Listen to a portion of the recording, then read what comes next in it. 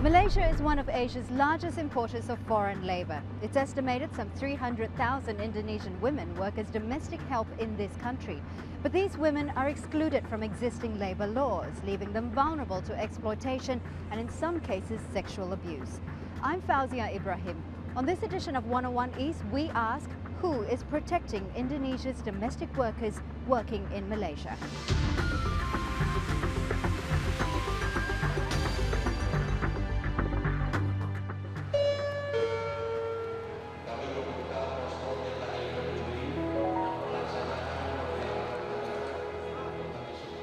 To work abroad is a dream come true for many Indonesian women who send money home to their families. Working in neighbouring Malaysia is a popular choice. The two countries share the same language, religion and culture. But for some, their ticket to a new life is filled with bitter disappointments and often painful experiences. Kerjanya di Malaysia. I was not allowed to go out and my salary was not paid for 3 years. Sudah 1 tahun lebih. After 1 year of working there, my employer raped me. She's not prepared, she may not be trained, she doesn't have the protection from her government and thus is very vulnerable to exploitation, to being cheated and to being undocumented in Malaysia.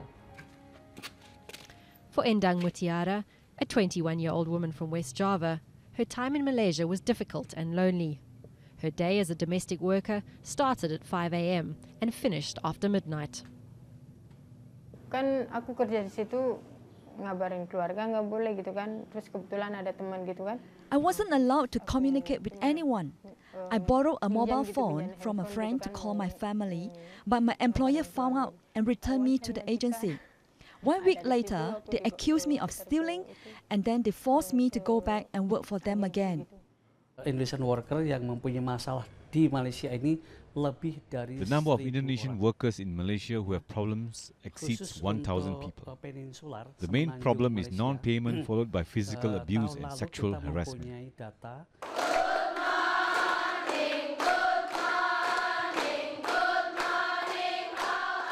It's back to school for these young women. They're attending an English class in Bogor District, West Java, at a recruitment agency that's been around since the 1970s. They're here to do 1 month of training before qualifying for work abroad.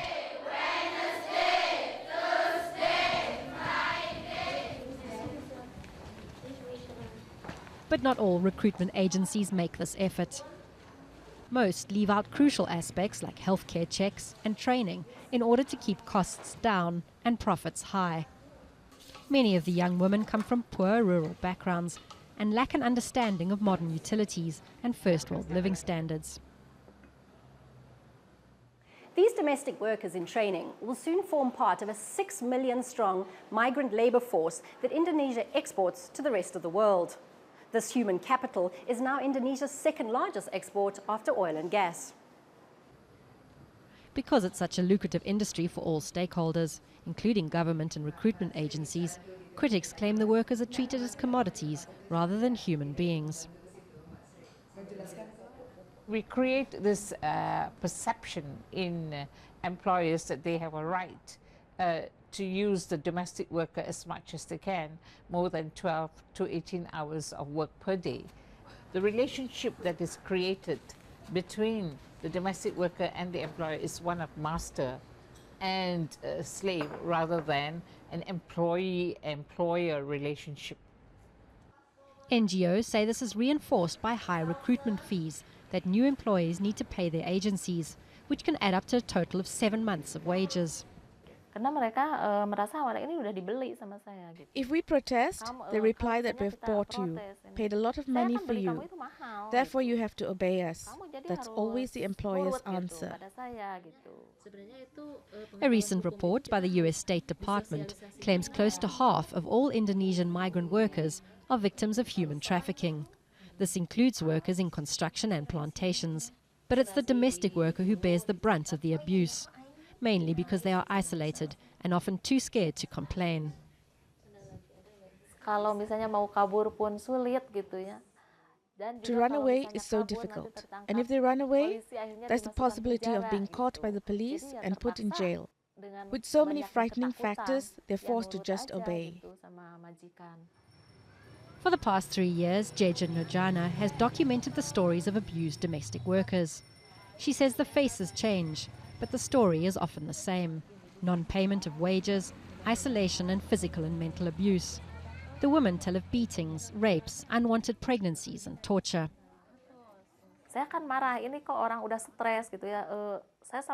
I was so mad. I went to the central government and asked them to do something. I was so emotional because I deal with victims directly. I know their stories, and I happen to have experienced it myself. I'm desperate to help them, but sometimes I wonder, however hard I fight, there never seems to be a move forward. In June 2009, the Indonesian government did respond after several high-profile abuse cases hit the headlines. They declared a moratorium on sending domestic workers to Malaysia. But some claim the move has backfired, with workers defying the ban and streaming illegally into Malaysia. There is no freeze in Malaysia on the recruitment and employment of Indonesian domestic workers. And so the Malaysian government continues its strategy of direct hiring. To date, both sides are still no closer to signing a memorandum of understanding.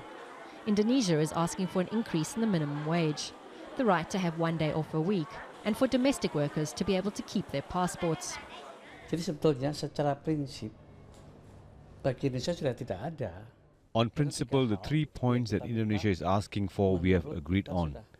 But it seems that in Malaysia they have not yet reached an agreement amongst themselves. Despite repeated requests from 101 East, no Malaysian government minister nor representative from their department was willing or available to be interviewed. Another factor in the domestic worker abuse cases is the slow pace of Malaysia's legal system. Many young women who escape abusive employers end up here at a shelter run by the Indonesian embassy in Kuala Lumpur. But they can't return home until their court cases are resolved. Ekstrabani says she was raped by her employer and not paid for 2 years. Saya keluar, ejen saya datang ambil, terus datang sampai sini ejen saya. So I left and my agent picked me up. He told me to find my own way back to Indonesia. But how was I to go home? They didn't give me any money or even my passport. So I came to the embassy and I have been here for 6 months and I'm trying to get my salary. The shelter is a sanctuary for young women like Ekstrabani. They get Indonesian food and news from home. They also learn new skills while they wait for their cases to be heard. But the shelter is also small and overcrowded, and some say it can feel like a prison. Jadi begini, kenapa dikunci dan seterusnya? Hanya kita tidak mau ada orang luar. It's like this. It is our way of preventing people to enter from the outside. Some of those living in this shelter are facing problems like depression and are stressed and fearful. We don't want outsiders to enter bringing with them negative influences. But despite Ekstrabani's traumatic experience, she says she would work overseas again, just not in Malaysia. Untuk dalam diri saya, kalau sudah dapat gaji saya balik kampung saya. Once I get my pay, I will go home. I want to go back to school and learn to speak English. Once I'm fluent, I want to go to another country and find work there. For Ekstrabani and the millions of unemployed Indonesians like her, an opportunity to work abroad will continue to be attractive despite the risks. Coming up after the break, we look further into the plight of Indonesia's domestic workers in Malaysia. Stay with 101 East.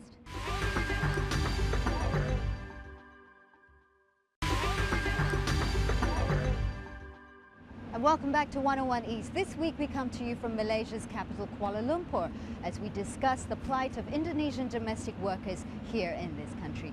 Joining us now is Jeffrey Fu from the Malaysian Association of Foreign Maid Agencies. Right.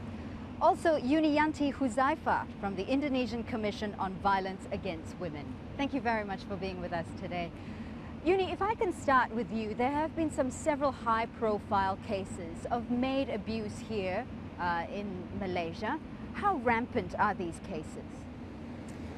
Yes, actually, a lot of cases. The most, attracting Indonesian people is about the undocumented or illegal cases, and the second is also about the abuse.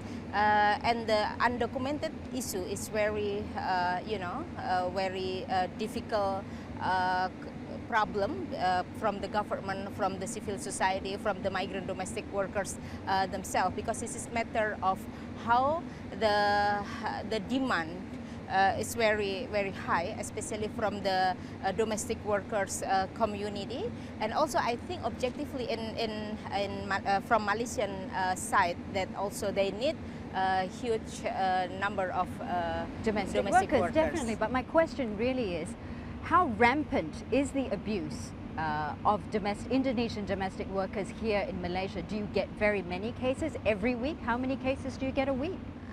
Exactly, this is the number is a bit difficult, but at least, for instance, the illegal domestic workers, at least every year every month reported around 27,000. Numbers. This is the number of illegal domestic workers, but the abuse, it's difficult to figure out, because sometimes the documentation from the Indonesian embassy and also the number from the Indonesian agency is sometimes different, but the number is very high. Jeffrey, these high-profile cases, do you think it's just a small percentage, or do you think there are more numbers of rampant abuse here in Malaysia? Well, I would like to look at on a different angle, look from different angle. The numbers of abuse cases in Malaysia for the past years, well, it is small, but you can say it is significant in the sense that it creates a serious repercussion on the reputation of treatment of domestic helpers in Malaysia. But on the other hand, we have to look into how much benefits the recruitment, the deployment of Indonesian domestic helpers in Malaysia is bringing to Indonesia, because for the past 10 to 15 years, there are millions is the word, that have come to Malaysia to work, and they have generated a good amount of income for their family back home, to help their spouse, help their family. That's certainly understandable. Right. We all know the benefits of being a migrant worker. But what about the protection that's being given to these Indonesian maids? Do you think there is enough protection, there is enough legislation to help these Indonesian maids? Yes, I working think this here is in far Malaysia? from the ideal protection, at least from the standard of human rights, because from the Malaysian side, I think they treat the migrant as a guest migrant, so they never consider that migrant is part of the human beings that they have to protect. I know that the protection is getting better, especially with the MOU, but this is only at the surface issue. For instance, about the holding the passport and also the holiday. But the other substantial issue, for instance, about the right to organize, and also we have to not discriminate between legal and illegal. But the Malaysian government still differentiate that. And according to the Ministry of Foreign Affairs, that to negotiate to make this MOU needs 3 times meeting to convince that legal and illegal should be protected, because they are workers, they are human beings. I like to note that nothing is ever enough. No matter how much rules and regulations there will still be any abuse happening. In case any kind of thing will happen in this world, it's because we're dealing with human. But I would like to note that Malaysia does have enough rules and regulations to give adequate protection to domestic helpers or migrant workers in Malaysia. But it's a matter of improving it. We have adequate, but we need to constantly be aware that this thing needs to be improved. Yeah, so there is rules and regulations. Let's talk about the memorandum of understanding that's being negotiated at the moment. The MOU was supposed to be signed earlier on this year, But negotiations have been stuck on the cost structure. What does it say that the priority is not the care and protection of these Indonesian workers, but the priority is on the business, on the profit side of it? What does it say of Malaysia? We have touched many times on the cost structure because, we are the receiving country, bringing domestic helpers from Indonesia. Now we are at the mercy of supplying part from Indonesia. The price of getting a domestic worker from Indonesia is escalating for the past 10 years, ever increasing. So it came to the time that the government want to step in to control the pricing, the cost structure. And I think in basic terms, both government has arrived at a certain formula on the cost structure. But it is the matter of whether the Malaysian agent and the Indonesian agent want to put their foot down and adhere to the terms of the costing. So okay, well, again, Jeffrey, we are talking about cost structure here. You say that they're close to an agreement about the cost and about profits and about the business side of things. What about the care and protection of these Indonesian citizens? Well, put costing aside. That is dealing with the exploitation aspect of it. Assuming the cost is kept at the fair level, then the game goes on. But on the other protection mechanism, like allowing them to keep their passport, having off days, having enough rest, that has already been agreed by both governments. So it's a matter of practicing it.